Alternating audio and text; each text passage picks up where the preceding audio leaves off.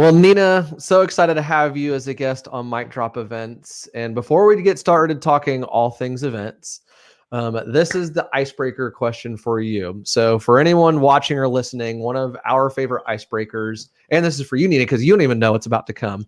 But one of our favorite icebreakers is one that we call Emoji Battle. It's where we put two different emojis on screen and we let people choose. Hey, like sometimes we put up hot dogs versus hamburgers or tacos versus pizza.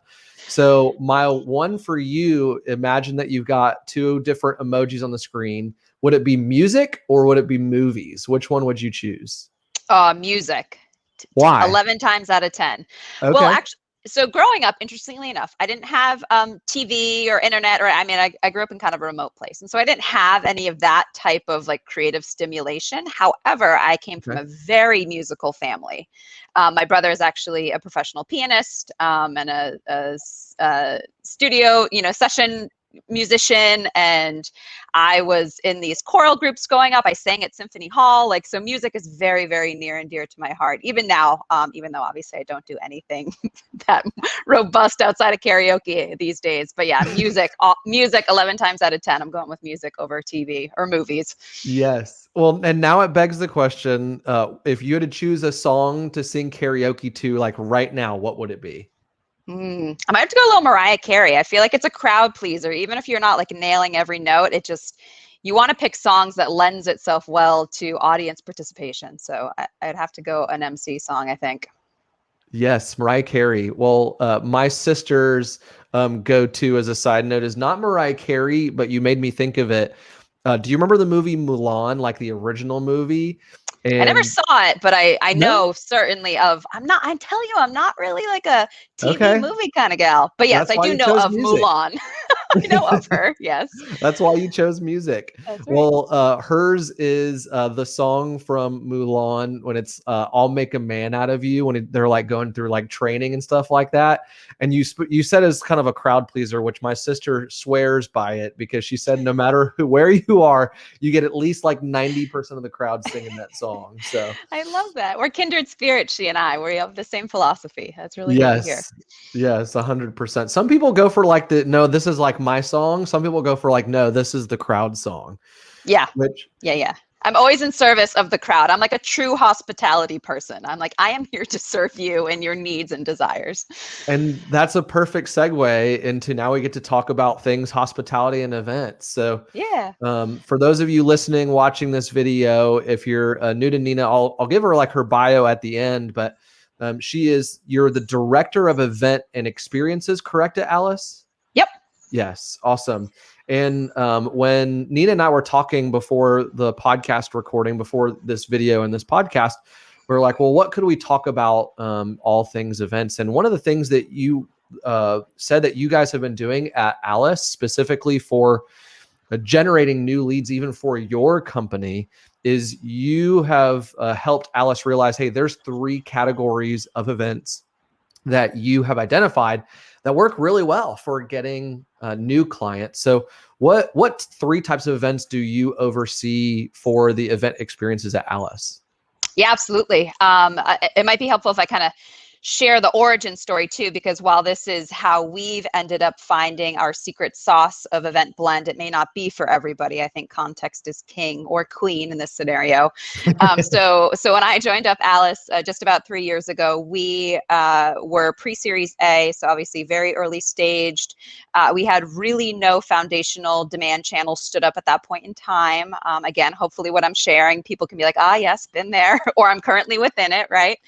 And so, my charter when I first joined the team to lead the demand gen efforts was really figuring out what are those big bets, right? Where do we want to figure out where our active audience lives every day, and how do we want to create experiences within those preferred channels that are really going to resonate with them?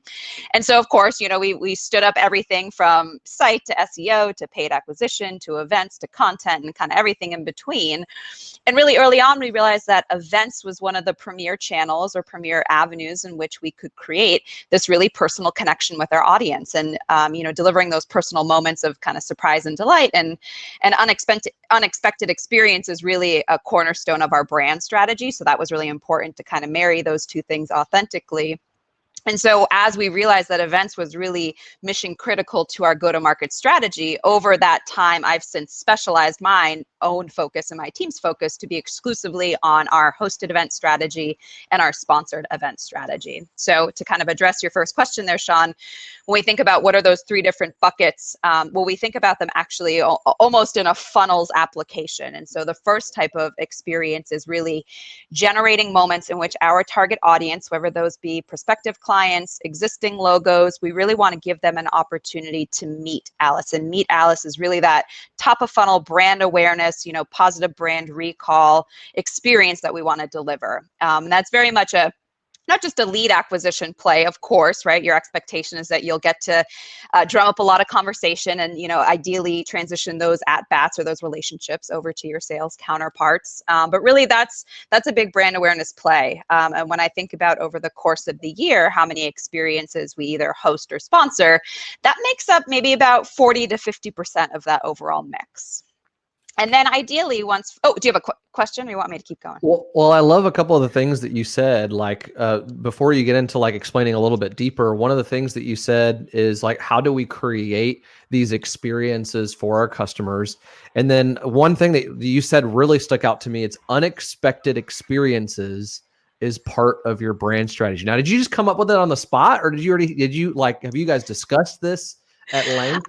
I mean, I think it's a personal philosophy of mine, right? I think in order to truly differentiate your brand and your product, right, especially now that the market is so saturated, we're in the MarTech space. So what was once the MarTech 7,000 is now the 9,000, soon to be 11,000, right? The only thing at the end of the day, the biggest competitive moat you can put around your company is your brand, and the way in which you cultivate and deliver a memorable brand is through unexpected experiences. And I like to use this term, you and I have chatted about this briefly, but pattern disruptors. And so I think events is one of the best ways in which you can deliver a pattern disruptor for your audience.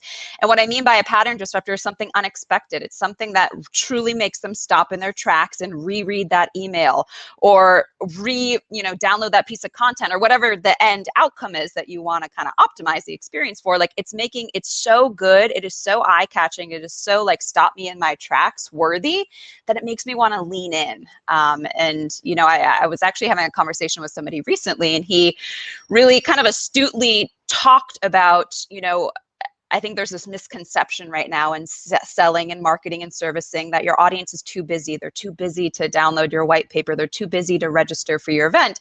They're not too busy. You're just not providing a value additive enough experience for them to take the time to want to lean in and engage. And so I think, again, when we think about the beauty and the power, but then the double-edged sword of events, right? As people are really like dialing up their virtual event strategies or volumes right now, the only way you're going to be competitive is if you're able to deliver that differentiated, unexpected experience for your audience member, whether it's pre-event, during event, or post-event, ideally in all three places. Well, and I think that that's interesting what you said too about, because yes, you're right. Like we talked about pattern disruptors and that being super important. And if you think about it, like let's say you're a company and you're selling, I don't know, plumbing tools, right? And you create this conference for plumbers to come to. Well, all of a sudden your event in of itself is a pattern disruptor. And then if you can, so now that that's a pattern disruptor and you're doing it for the very first time, they've never been to before, but they're coming, they're getting outside of their comfort zone because they're leaving their home. They might be traveling to your event, or maybe they're logging in. They've never experienced something like that before. It's something out of the ordinary. So it's a pattern disruptor of their day. So if you can do that, then great. And then the interesting thing about what we were talking about specifically is then if you can even create a pattern disruptor within the event. So something I love, again, like you and I are almost like kindred spirits, like you said, you and my sister, because surprise and delight, that's a common language that I've been talking about for 5 or 6 years now, ever since I joined Elevate full time. And I think that's really important as a pattern disruptor for the events industry. So if someone is listening to this and they are an executive assistant to the CEO and they're doing an event for their team members, or if they are doing it for their clients, finding some way to even then disrupt the pattern of, oh, this is a conference and they're expecting this followed by this. What is something like unique and different? And again, I think it's interesting to go back to, I love how you have it broken down by the funnel of, hey, this is how we meet Alyce. And then you go a little bit deeper, and then you go a little bit deeper. And even thinking about, okay, how do we disrupt the pattern here? How do we disrupt the pattern here? So going back to what you were talking about, you've got like, now they've met Alyce at the classic trade show. I think is one of the examples that you gave me the last time we spoke about this. So that's like one bucket. What's then like a next step that you guys do with events and experiences? So the next kind of logical step is once they've met Alyce, we want them to experience Alyce. And this is like one of my most favorite buckets of all three. If I had to choose what my favorite child is, it's the Experience Alyce. And I have the good fortune of working for a piece of technology that I myself get to use in my everyday marketing life to drive better outcomes and experiences. So I'm very lucky, very biased. However, what that exactly means, and for folks who are unfamiliar with Alyce, and this isn't a pitch, but it helps provide context, I think, is we provide hyper-personal one-to-one gifting. So if there is a prospect, a customer, a partner that you want to get closer to, or you really want to create more of an emotional resonance with, gifting is one of the best ways to do that. We do it in our personal life all the time, and it's about time that we transcend that into the business world and kind of show people just how meaningful the relationship is to you. So when I talk about experiencing Alyce, this is really thinking about how can we show and not tell the power of our platform? How can we like pull an Oprah moment and give everybody a gift, right? Allow everybody to really experience the novelty and the pattern disruptor that a gift can provide, especially within an event experience. And we think about where are the communities that our ideal customers live within? Where are the events that they congregate in? Where are the networks that they seek advice or resources from? And then how do we strategically place a gift in those various areas, almost like a little Easter egg, right? That they can then come in, experience Alyce. And then ideally, it kind of brings me to my third bucket, which is getting to know Alyce. And know Alyce is when it gets very product specific. So when we think about meeting Alyce and experiencing Alyce, Alyce is like more the vehicle for our brand. When you get down to knowing Alyce, this is like where we want to take the main stage and actually start talking about our product and our platform and the value it can bring and the results you can see. But it's unfair, truthfully, to ask a prospect to jump all the way to the end of the story without having them read any of those prior chapters. So that's the journey in which we try to encourage folks to come along with us. And then depending upon where they might be getting stuck in that funnel, then we have kind of supplemental experiences and channels that we use to kind of get those intent signals farther up. Well, and I love the simplicity just for anyone who has like an interest in marketing or using events for marketing, or this is really just a great marketing tool in its own of what you said. So like number one is how do you meet Alyce? That's what you guys do. Then how do you experience Alyce and then get to know Alyce is the third one. And so just that in of itself is a whole separate like side conversation that we could go into. Which I've got a little bit for you on top of that, because my team, I think we were almost thinking along the same lines as you guys, but we started to think about, okay, when they meet Elevate, for example, so we plugged our name in there. We thought about, okay, discoverability is like the word, like how are they going to discover us, which is they're meeting you and how are they like finding you kind of thing. And then the second step, like you said, is experiencing it. And we wrote down the word of credibility. That's what we want when they experience Elevate, when they experience a YouTube video or something like that. But that's a whole different conversation. Yeah, I couldn't let that escape because it's so fun to talk about. Well, it's true. And I think, there's this beauty and simplicity. And trust me, I am like the guiltiest culprit in our team to over-engineer and complicate things. But at the end of the day, it is actually the simpler that journey you can be, the more discoverable, the more credible, logical, right? You can make that journey for your prospect or your customer, the better results you're going to see. Like that's math. That's just logic, right? So I'd say that's one of my biggest like self-taught lessons in my career is like, keep it simple. You'll be a lot happier with the experience you can provide for your audience. That's awesome. Well, I think it's super cool because you have gifted me with a gift from Alyce, and we were just talking about it right before it went live. So I'm getting to experience being on the receiving end of what you do. And I think that what you guys do pairs really well organically with events in general, which is just gifting, because a lot of times you'll go to a conference. Like I was just in New York last week with a group of Chick-fil-A operators, because Chick-fil-A has been a client of ours for a number of years. And sometimes when we go to things like that, like let's say you go to a hotel someplace in order to meet for a couple of days, a lot of times someone who's, if they're planning it and they're really thinking for someone, they might arrange to have a gift left in the hotel room or a gift at registration. And so I think what you guys do of the easeability and the personnel, because I think what a lot of people are trying to do is they're trying to make it really personal to an individual versus personal to a group, because, and it's harder to do. So with Alyce, how do you guys, this is me like putting a little, like throwing a softball up for you. So how do you make it easy for a group to like scale those personal gifts? Yeah, well, I think there's two ways to think about it. One, I'll talk about if you actually took advantage of our technology, and then I'll talk about if you don't, right? Because the majority of folks don't, but there's still ways to achieve what you're talking about. So if you happen to be utilizing our product, one of my personal favorite features of the platform is you ultimately, yes, while I might say, hey, Sean, I did some recon and I realized you might really love baseball. And for that reason, I'd love to gift you this piece of memorabilia or jersey or whatever it might be. Well, the beauty with Alyce is you can actually say, well, thanks, Nina, that is really perceptive. However, I might already have that, or I might not need that at this time, but there's something else I would prefer better. Well, you can go into the marketplace and ultimately choose whatever gift you'd like.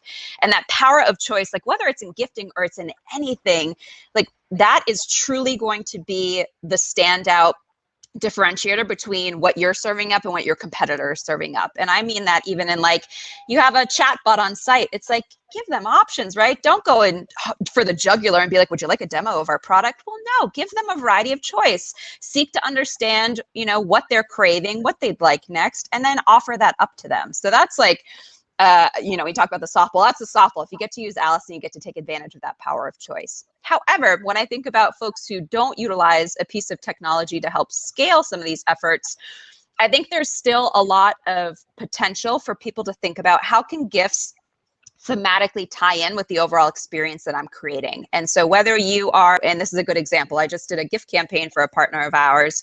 They were getting 100 CMOs together at the Ritz-Carlton Resort and Spa in some destination city. And so yes, while not every 100 attendee had like a hyper personalized gift to them, the gift options were all health and wellness inspired. And so the recipient could really see themselves in that experience and be like, oh, wow, this is so cool. I can choose a yoga mat, or I can choose a, like a muscle relaxing roller, whatever it might be. But at the end of the day, the event hosts, they didn't go through and have to think about I wonder what each 100 individual people would like. Instead, they chose 5 or 6 gifts that thematically complemented that event experience. And at the end of the day, that's just as powerful as something that's really one-to-one. So that's how I kind of think about how you can balance those two worlds depending upon the type of technology or automation you may or may not have at your fingertips.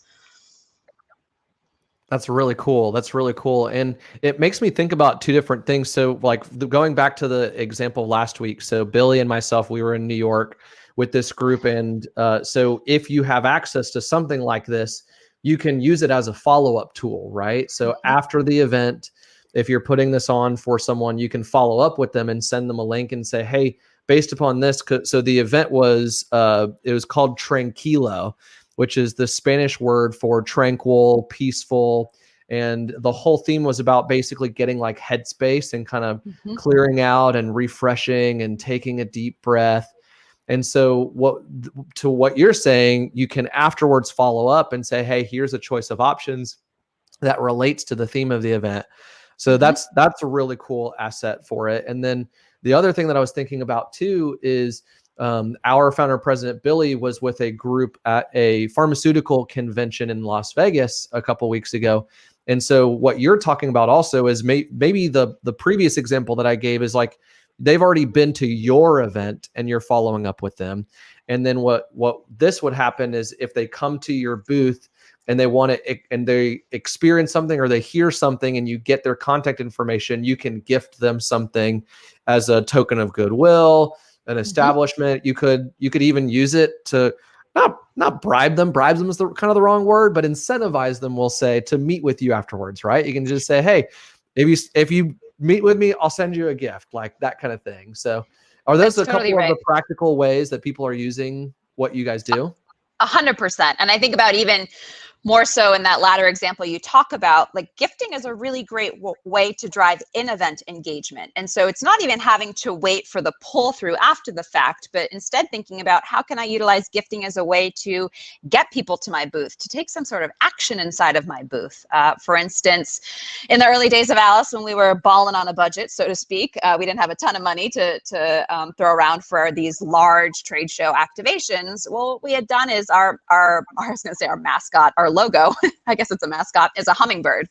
And so my teammates and I, we hand folded hundreds of origami hummingbirds in all different colors. They were really, really beautiful. And I mean, what does it cost? Like $50 to buy, thousands of sheets of origami paper. So pretty, low capital intensive. And so we ended up stringing them together on fishing wire, and then we hung them around our booth. And so one, that's really eye-catching, right? Talk about a pattern disruptor. You're walking down the sea of trade booths, and it's just like, stall after stall of the same type of visual identifier. And then you come to Alyce's booth and you see all these birds everywhere. And you're like, well, what are these folks all about? And then you step into the booth, and the activation we had in place was every colored bird had a different valued gift assigned to it. So some were $5, some were maybe $50, and everything in between.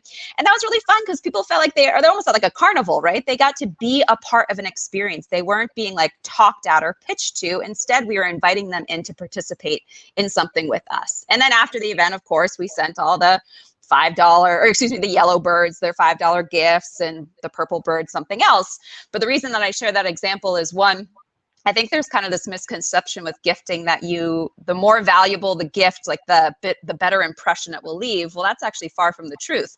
It's the perceived value of the gift that's really going to be the sticky factor, or be the wow moment, right? For the person to really remember that interaction. And so at the end of the day, it wasn't so much the $5 gift card versus the $25 gift card. It was just that you were able to kind of establish some reciprocity with that person in the moment. And that was what delivers the results.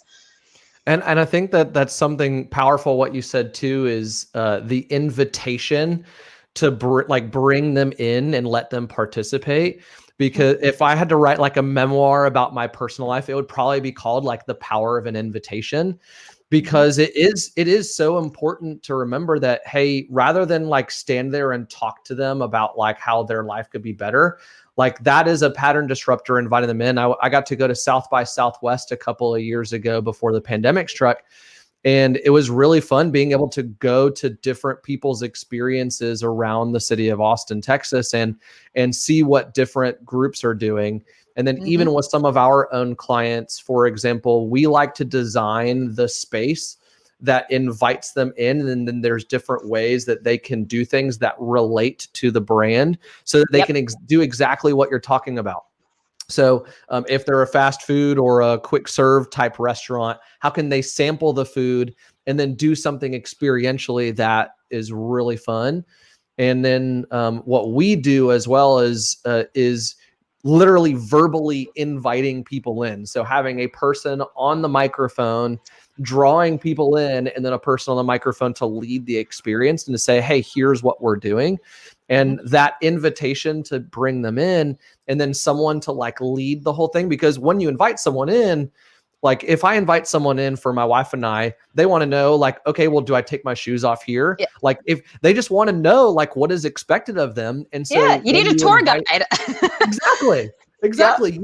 You need a tour guide. You need like the teacher at the front of the class that's telling you like, hey, here's what we're going to do and when we're going to do it, that kind of thing. Yep. Because if I'm walking up to a booth of origami, I'm going to think, oh, cool, I get to fold some origami, but that might not be exactly what you guys had planned. So I just need to know it so I don't feel like an idiot, basically. That's exactly right. And I think, now we're getting into like a whole other thing, but when you think about how do you get the most out of your event experiences, well, it's a team sport, right? Like I singularly can't pull these things off, nor should I, right? And so it's like enabling your team to make sure they know what the activation is, what the ask is, how to correctly talk to that, right? Like there's a lot of work that goes in behind the scenes, like anything great. You see a flawlessly executed event and you're like, that looks so easy. That looks so natural or so comfortable. And it's like, well, it actually takes a lot. There's like an iceberg. There's a lot going on under the surface. And one of the biggest things there, in my particular case, is that sales enablement, but I'm sure it is for many others, just overall team enablement when it comes to really, bringing any type of marketing campaign to life. 100%, 100%. Yeah, it definitely takes a team effort, which is why I think it's really important to learn more about groups like what you guys do, which helps with specifically just the gifting. Because my wife used to work for a woman. This was a couple of years ago, probably like 7 years ago now. And she had an entire room in her house dedicated to gift giving. Like it can be a full time, yeah. Like it was kind of intense. It was awesome. Like she would find something on Amazon and order like 100 of them and then just like give them out throughout the year. Was it Mrs. Claus? I have so many questions. Who is this person? And my wife was kind of an elf in the workshop helping her do that. Yes. So we'll just call her Mrs. Claus. But she was an incredibly generous person. But like that, and even at events, I'm sure that people can relate to this. Sometimes at events, you have an entire call it the war room, right? Where at certain points, like there's just gifts everywhere. There's bags. Yeah. And you've got the tissue paper and you got to stuff it, that kind of thing. And so gift giving it takes a lot of effort to do it and do it well so that people say, wow, I really felt thought for, which is why I think it's great to learn about companies like what you guys do, which is helping systematize it and making it scalable. Well, Nina, this has been such a pleasure. The name of the podcast, the show, is called Mic Drop Events. Do you have like a mic drop thought or a comment that you can leave us with, and then I'll close us out? Yeah, I mean, I think we've talked about this, so I don't mean to be redundant, but I really think it is like the strongest ingredient in our soup that we're cooking up at Alyce. But it's think about your pattern disruptors. Think about them pre-event, during event, post-event. They can be as small as all right, I'm setting up my confirmation email. Somebody registers my event. Of course, the system has to kick them out a confirmation. Include a video from the host or the keynote speaker or your CEO, right? It is a very small gesture that goes a really long way because people are not expecting that. They're expecting an email that has the date, the time, and the link to log in. They are not expecting a personal video from somebody attached to the experience. So I really encourage everybody to think about big or small, where are all those areas you can drive a pattern disruptor, and I guarantee you'll be really pleased by the response that you see. I love that. 100%. Yes and amen. The pre-event, post-event, during event. That is something I love that you guys do that and we do that as well, because whenever we think about the actual event experience, it's more from the, hey, what are people doing at this time? And Alyce, you guys can help think, well, what are people receiving at this time as a pattern disruptor? And how can you even disrupt their patterns after they leave the event, which is important as well. So the pre-event, post-event, and during event, I think is really important to think about. Well, Nina, this has been so fun. Thank you so much for being with us. It's been an absolute joy. If you're wondering, okay, now I want to know a little bit more about Nina. Here's a little bit more about her. So if you go to her LinkedIn, you can find her on LinkedIn. Experienced director with a demonstrated history of working in the event and hospitality industry, and specifically startups. You mentioned earlier that you were kind of in the startup world, and you've been now with Alyce for going on almost 3 years, right? Yep, almost 3 years. Almost 3 years. So if you want to learn more about Alyce, I'm going to put a link. You can grab the link in the description of this video, or you can grab the link in the description of the podcast show, either on Spotify or iTunes. Apple Podcasts, I think is what it's called now. I should know that by now. Well, everyone who's listening, watching this, thank you so much for tuning into Mic Drop Events. This has been so fun. And please be sure to click on that link, learn a little bit more about Alyce, which this is not official from their website, but here's what I gather what they do. So Nina, you can jump in and correct me, but they help you create unique gift experiences so that you can grow your business. And so Nina's nodding in the background. You can't see her, but I can see her. So thank you so much again, Nina. For everyone who's listening, watching this, we'd be honored if you like this video, subscribe to our YouTube channel, or follow us on Spotify and iTunes and leave us a rating there. Thanks so much, everyone. And remember to create events that people love. We'll see you later.